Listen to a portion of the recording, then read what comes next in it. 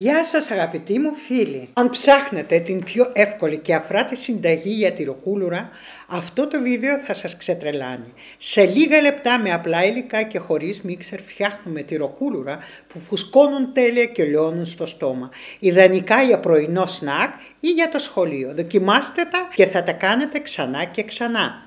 Και πάμε να ξεκινήσουμε.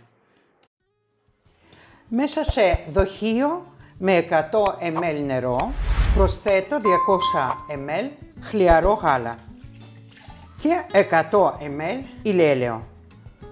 Προσθέτω τη μαγιά, ένα φακελάκι ξηρή, ένα κουτάλι της σούπας, ζάχαρη λευκή κρυσταλλική και λίγο αλεύρι. Το ανακατεύω και αφήνω για λίγο να ενεργοποιηθεί η μαγιά. Έχουν περάσει 10 λεπτά.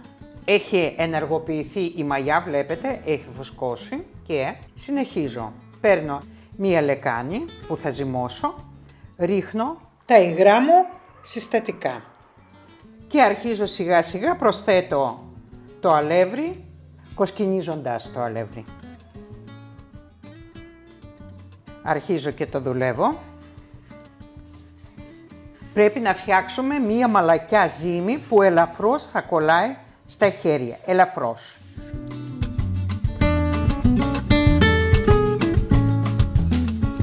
Τώρα θα το ζυμώσω με τα χέρια. Βάζω αλάτι, δεν θα χρειαστώ άλλο αλεύρι, το βλέπετε. Θα τα μαζέψω αυτό που είναι στα τυχώματα. Ζυμώνω με λίγο για να απορροφήσει όλο το αλεύρι που έχει μέσα στη λεκάνη και βγαίνει μια μαλακιά ζύμη που σας δείχνω. Ελαφρώς κολλάει, ελαφρώς, όχι πολύ. Λοιπόν, κάνουμε μία μπάλα, βάζουμε μέσα στη λεκάνη, σκεπάζω με μεμβράνη, με μία καθαρή πετσέτα και αφήνω να φουσκώσει το ζυμάρι μου για 40-45 λεπτά. Και όσο φουσκώνει το ζυμάρι μου, θα ετοιμάσουμε τη φέτα, την οποία απλά θα τη σπάσουμε με πυρούνι.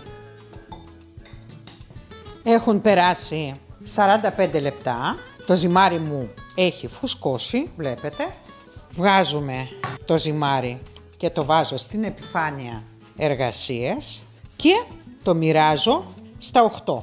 Κόβω το ζυμάρι στα 2 και το κάθε κομμάτι κόβω στα 4.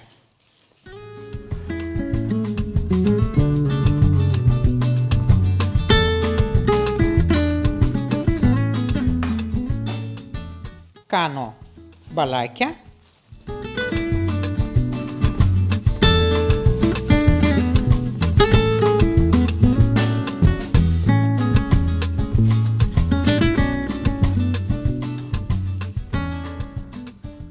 και το ίδιο κάνω και με το δεύτερο κομμάτι.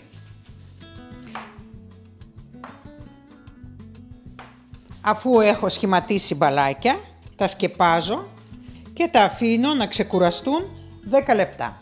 Βάζω το φούρνο να προθερμαίνεται στους 180 βαθμούς. Έχουν περάσει 10 λεπτά, έχουν ξεκουραστεί τα ζυμαράκια μου και συνεχίζω. Εδώ έχω 120 γραμμάρια βούτυρο, το οποίο είναι πάρα πολύ μαλακό. Το έχω αφήσει όλη νύχτα έξω από το ψυγείο και θα το μοιράσω σε 8 ίσια μέρη.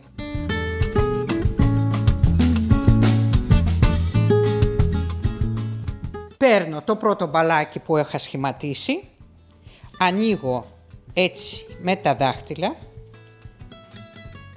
και βάζω ένα κομματάκι βούτυρο. Βλέπετε πόσο μαλακό είναι το βούτυρο. Το ανοίγω έτσι με τα δάχτυλα και βάζω στην άκρη και έτσι θα κάνω με το κάθε μπαλάκι που είχα σχηματίσει.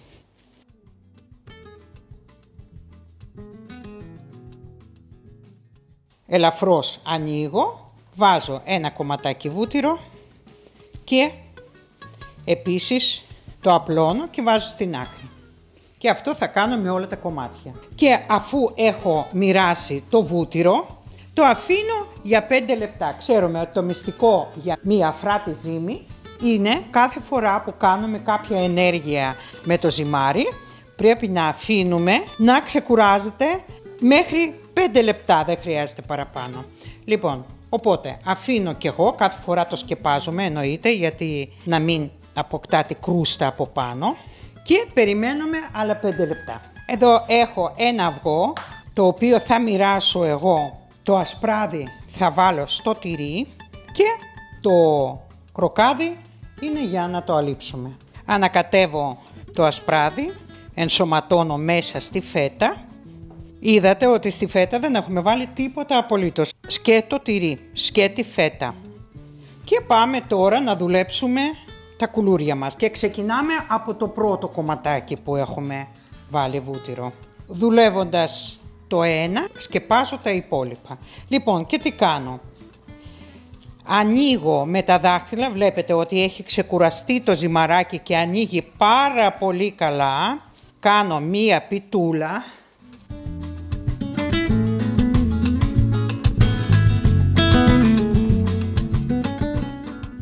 Βλέπετε πως απλώνεται το βούτυρο. Αν θα το αφήσετε το βούτυρο αρκετή ώρα έξω από το ψυγείο, δεν θα έχετε κανένα απολύτως πρόβλημα. Και τι κάνω. Διπλώνω, ανοίγω πάλι λιγάκι έτσι με τα δάχτυλα. Παίρνω τη φέτα, τη μοιράζω κατά μήκος. Ένα κουτάλι της σούπας είναι αρκετό. Και το ρολάρω με αυτόν τον τρόπο. Το κλείνω δηλαδή. Το ρολάρω και όπως είναι το γυρνάω, κάνω στριφτό,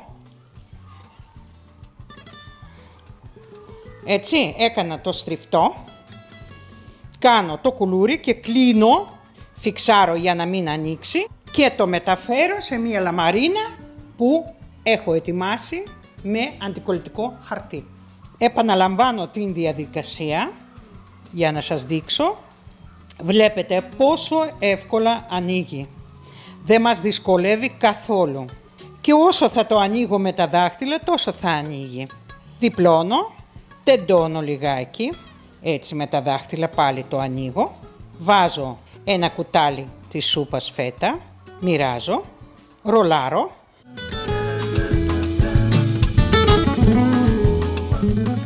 Στρίβω.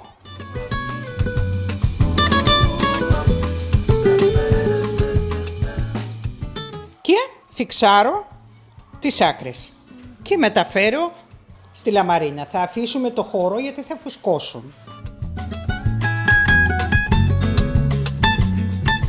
Μέσα σε ένα κρόκο αυγού που έχουμε βάζω ένα κουτάλι γεμάτο γιαούρτι. Ανακατεύω. Έφτιαξα την αληφή για να αλείψω τα κουλούρια από πάνω. Αλείφω.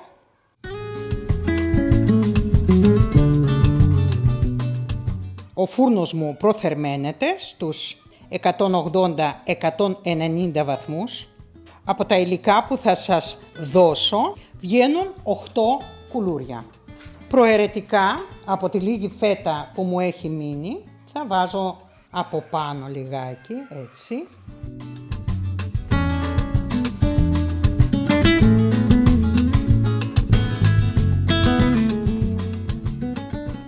Σπαρτά, δεν χρειάζεται να το γεμίσουμε όλο.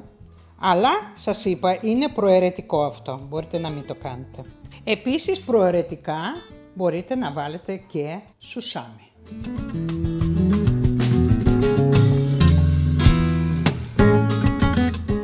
Και είναι έτοιμο να μπει στο φούρνο. Μπαίνουν στο φούρνο, πέρασε ο χρόνος και τα βγάζουμε. Και άλλο ένα αριστούργημα στο κανάλι μου. Και μεταφέρουμε τα κουλούρια μας πάνω στη σχάρα να κρυώσουν.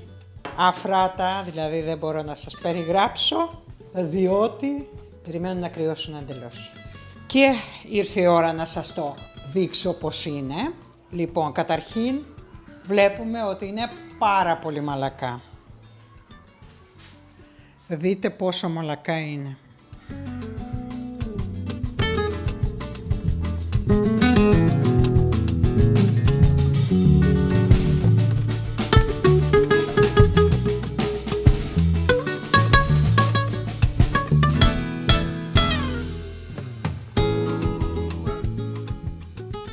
Και ελάτε να δοκιμάσω γιατί μου τρέχουν τα σάλια. Είναι σαν να τρως μία μαλακιά τυρόπιτα.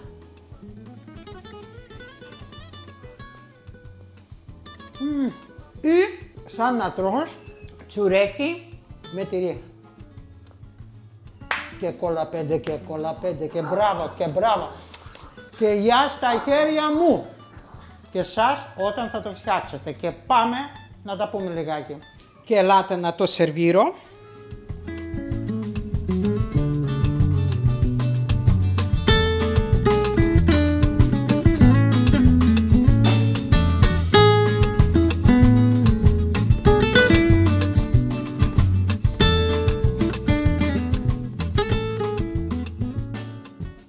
Για την σημερινή μας συνταγή χρειαστήκαμε γύρω στα 600 γραμμάρια αλεύρι για όλες τις χρήσεις, 350 με 400 γραμμάρια φέτα, 120 γραμμάρια βούτυρο, 100 ml λάδι, 200 ml γάλα, 100 ml νερό, ένα φακελάκι μαγιά ξηρή, ένα κουτάλι της σούπας ζάχαρη και ένα κουταλάκι του γλυκού αλάτι. Αυτά είναι τα υλικά.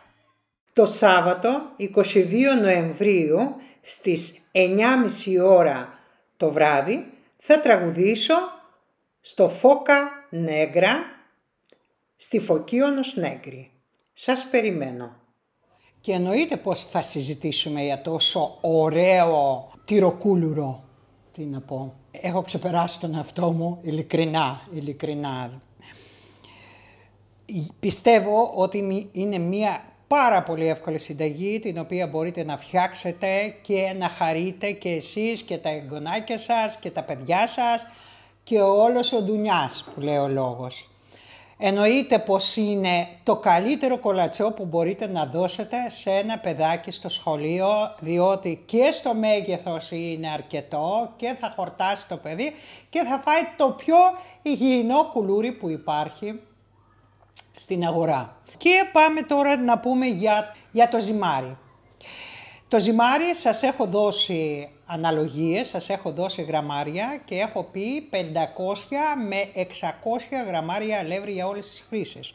Ωστόσο δεν μου πήρε όλο, μείνανε 130 γραμμάρια. Συνεπώς είναι γύρω στα 470-480 γραμμάρια αλεύρι μου πήρε και τα υγρά μου ήτανε, είδατε, 100 ml ήταν το νερό, 200 ml ήταν το γάλα και 100 ml ήταν ηλέλαιο.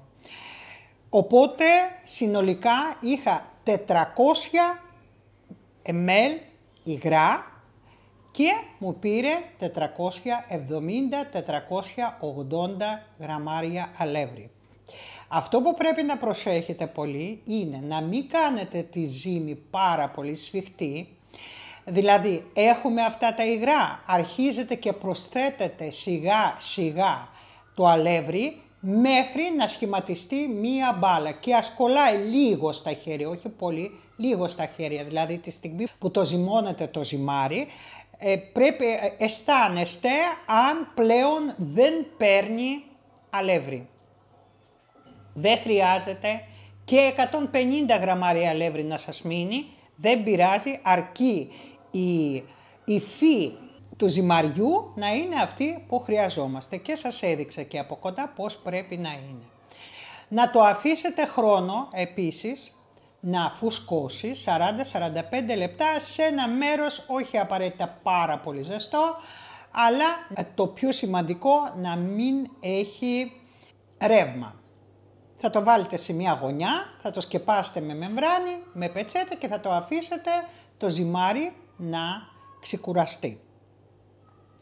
Μετά από 45 λεπτά είδατε ότι ήταν έτοιμο, είχε φουσκώσει αρκετά, όχι να ξεχυλίζει, αλλά ήταν φουσκωμένο. Μετά, ποιο είναι το επόμενο βήμα? Το επόμενο βήμα λοιπόν είναι να ετοιμάσουμε το τυρί. Αυτά είναι τυροκούλουρα Και επειδή είναι παραδοσιακή γεύση, καλό είναι να χρησιμοποιήσουμε τα δικά μας τυριά, φέτα, κυρίως φέτα. Εμένα μου αρέσει πάρα πολύ με φέτα και με λευκό τυρί μπορείτε να το κάνετε. Επίσης, αυτό που μπορείτε να κάνετε να το φτιάξετε και με μυζήθρα. Αν δεν τρώτε φέτα για κάποιο λόγο, μπορείτε να χρησιμοποιήσετε ή μυζήθρα ή ανθότυρο. Το ίδιο. Τώρα, το βούτυρο. Κοιτάξτε να δείτε. Εντάξει, την έφτιαξα συνταγή έτσι όπως την ξέρω. Από εκεί και πέρα, εναλλακτικές υπάρχουν πολλές. Δηλαδή, για να έχετε περίπου το ίδιο αποτέλεσμα, αντί για βούτυρο μπορείτε να χρησιμοποιήσετε, να το αλείψετε με ελαιόλαδο. Επίσης. Θα σας βγουν επίσης καλά. Από εκεί και πέρα, δοκιμάστε έτσι αν δεν νηστεύετε, δοκιμάστε αυτή τη συνταγή έτσι όπως σας το δείχνω και αποφασίσετε για τον εαυτό σας αν θα συνεχίζετε να το φτιάχνετε έτσι ή αν θα προσαρμόσετε σε πιο νηστίσιμη εκδοχή. Το βούτυρο να το αφήσετε από βραδείς στο πάγκο της κουζίνας, σκεπασμένο μεν, αλλά όχι ψυγείο. Και γιατί λέω από βραδείς, γιατί έχουμε χειμώνα. Όσο και ζεστό να είναι το σπίτι, έτσι ξέρουμε ότι το βράδυ δεν βάζουμε θέρμανση και δεν θα φτάσει ακόμα και θέρμανση να βάλετε το μεσημέρι, δηλαδή να το βγάλετε από το ψυγείο π.χ. το πρωί και θα αρχίσετε να το φτιάχνετε, ξέρω εγώ, στις 12 η ώρα το μεσημέρι, δεν θα προλάβει να μαλακώσει. Και όχι σε καμία περίπτωση να μην τη μαλακώσετε μέσα στο φούρνο μικροκυμάτων. Αλλάζει εντελώς η δομή της, θα αλλάξει και η υφή, τα πάντα. Πρέπει να μαλακώσει φυσικά με τη θερμοκρασία του δωματίου. Πώς πρέπει να είναι σαν μία αληφή. Είδατε πάρα πολύ καλά και στο βίντεο ότι δεν δυσκολεύτηκα καθόλου με τα δάχτυλα να το απλώσω πάνω στο ζυμάρι. Αν θα είναι λιγάκι πιο κρύο, θα σας σκίσει το ζυμάρι, αυτό είναι το μόνο σίγουρο. Εμένα δεν σκίστηκε πουθενά, οπότε κάντε κόπο να το βάλετε από βράδυ να μαλακώσει το βούτυρό σας. Αυτό όσον αφορά το βούτυρο. Το τυρί είπαμε, στο τυρί δεν βάζουμε τίποτα απολύτως, δεν είναι ένα κουλούρι που μπορούμε, δεν είναι τυρόπιτα που μπορούμε να βάλουμε διάφορα αρωματικά βότανα όπως είναι θυμάρι, όπως είναι ρίγανη που συνηθίζουμε στις τυρόπιτες και μαύρο πιπέρι κτλ. Είναι αρτοποιήματα τα οποία είναι στο στυλ τσουρέκι. Ένα τσουρεκάκι μικρό με τυρί. Έτσι. Λοιπόν, επίσης, θερμοκρασία στο φούρνο. Το φούρνο θα το βάλετε να ζεσταθεί στους 180-190 βαθμούς. Περίπου ώρα ψησίματος, περίπου πάντα ενδεικτικά, γιατί διαφέρουν οι φούρνοι, διαφέρουν οι εντάσεις του ρεύματος κτλ. Οι ενδεικτικά είναι 30 με 40 λεπτά χωρίς τον αέρα. Γιατί χωρίς τον αέρα, θα σας εξηγήσω. Επειδή βάλαμε το τυρί από πάνω, εάν θα βάλουμε αέρα, θα μαυρίσει αυτό, δεν θα προλάβει να ψηθεί το κουλούρι και θα σας είναι από πάνω πολύ ψημένο και μέσα θα είναι ομό ζυμάρι. Δεν το θέλουμε αυτό. Πάντα το ζυμάρι με μαγιά πρέπει να το βάζουμε και να φουσκώνει σταδιακά για να παραμένει αφράτο και να έχει μία κρούστα πάρα πολύ ωραία, χρυσαφένιο χρώμα και μέσα να είναι αφράτο. Λοιπόν, επίσης αυτό που έχω βάλει από πάνω, δηλαδή η αληφή που έχω κάνει κρόκος με γιαούρτι, δοκιμάστε. Είναι το κάτι άλλο, δηλαδή του δίνει και γεύση του γιαουρτιού. Είναι απίστευτη γεύση, απίστευτη σας λέω. Αν θα το φτιάξετε μόνοι σας και θα δοκιμάσετε, δεν θα ξαναγοράσετε ένα τέτοιο κουλούρι από το φούρνο. Σας το εγγυούμε, σας το εγγυούμε. Λοιπόν, οπότε θα κάνετε την αληφή έναν κρόκο με ένα κουτάλι της σούπας γιαούρτι, οποιοδήποτε γιαούρτι, ακόμα και γιαούρτι σε κεσεδάκια να έχετε. Λοιπόν, θα το φτιάξετε, δεν υπάρχει πρόβλημα.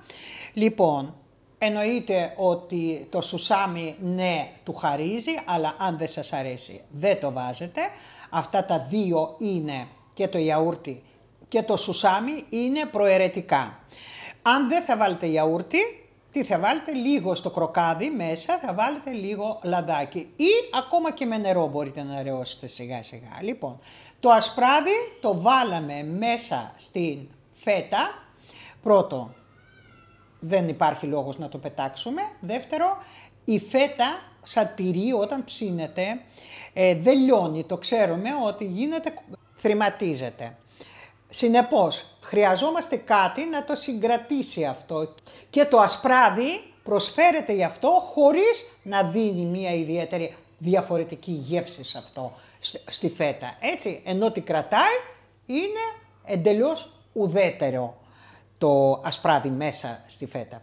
Λοιπόν, δεν έχω να προσθέσω τίποτα, είναι καταπληκτικά, φτιάξτε τα. Είδατε ότι έχω αλλάξει λιγάκι τη ροή του βίντεο, ξεκινάω αμέσως το μαγείρεμα, αλλά ωστόσο μην κλείνετε εσείς, γιατί μετά αφού γίνεται παρουσίαση δοκιμή, μετά σας δείχνω τα υλικά και μετά υπάρχει αυτή εδώ η συζήτηση που βλέπετε. Τώρα, αν θεωρείτε ότι η συζήτηση είναι κάτι το περιττό, δηλαδή οι συμβουλές μου πάνω στη συνταγή είναι περιττές, πείτε μου, πολύ ευχαρίστως να το συζητήσω. Ωστόσο, όταν το ξεκίνησα, άρεσε πάρα πολύ αυτό το φορμάτ σε όλες τις κυρίες αυτές που με παρακολουθούν σε κάθε βίντεο, είπανε ότι είναι κάτι που βοηθάει. Πολύ ευχαρίστως θα το συνεχίσω ή αν λέτε ότι είναι κάτι περιττό, μπορώ να το σταματήσω ή να το κάνω λιγάκι πιο σύντομο.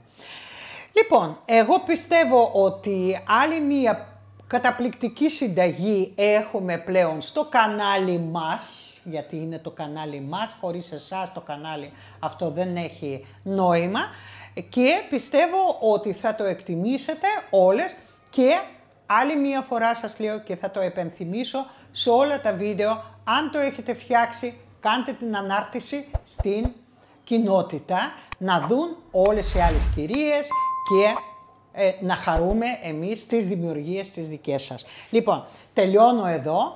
Ήμασταν όπως πάντα στο Melody of Taste with Albina Πελοπίδα, το κοτέτσι του, τη Λίζα. Έλα, ορίστε.